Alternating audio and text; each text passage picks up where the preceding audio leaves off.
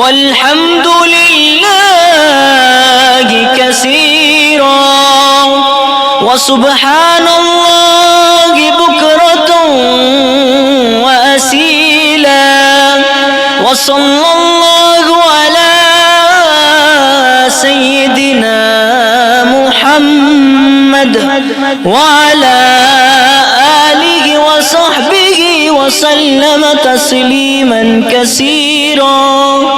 الله